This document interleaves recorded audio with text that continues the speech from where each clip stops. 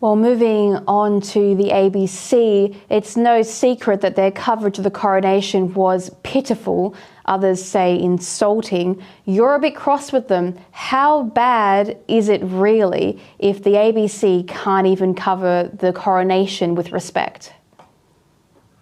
Well, the way I see it, Alexander, is the ABC has a duty to be impartial. That's what its charter is all about. And that's actually what the Erica Betts pointed out in an article for Flat White as chairman of the Monarchist League of Australia, that effectively it has a duty to represent and present to all Australians fairly and impartially, and it didn't do that. I mean, basically it was a Stan Grant love fest, really, wasn't it? I mean, you got the sense that because Stan Grant made a number of complaints about the coverage of the Queen's death, the ABC wanted to appease him as much as anything else. And I think that was done to the point of being, well, insulting to the monarchy, yes, and that's something I think they should be ashamed of. But I think it's also disrespecting their entire audience, who most of whom are tuning in actually to see the show, whether they're monarchists or Republicans or First Nations people or whoever.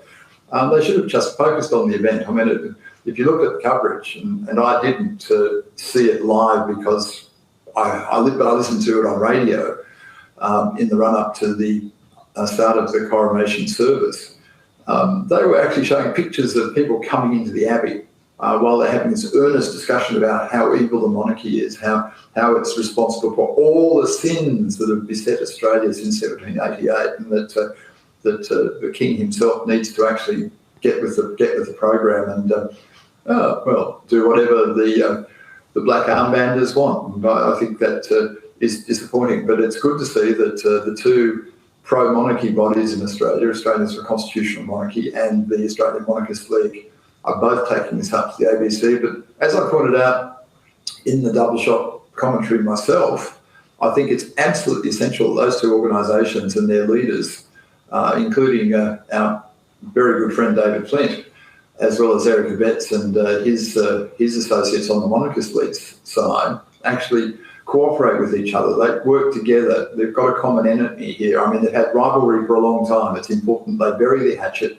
and just focus on ensuring that the monarchy is kept safe from Stan Grant and all those barbarians at the gate who want to tear it down. And don't get me wrong here. I mean, whatever happens with the voice referendum, they're going to come after the Republic, whether it's this term, next term, or subsequently. And if the monarchist cause, those who believe in our current constitutional arrangements, don't work together, don't cooperate, don't accept that what unites us is greater than what divides us, frankly, the monarchy is stuffed, and we do not want that. I think most Australians do not want that, or certainly many people in the middle don't care, but are quite happy with the way things are. So we don't want those of us who believe in the monarchy don't want our cause compromised by disunity, and I think that's very important.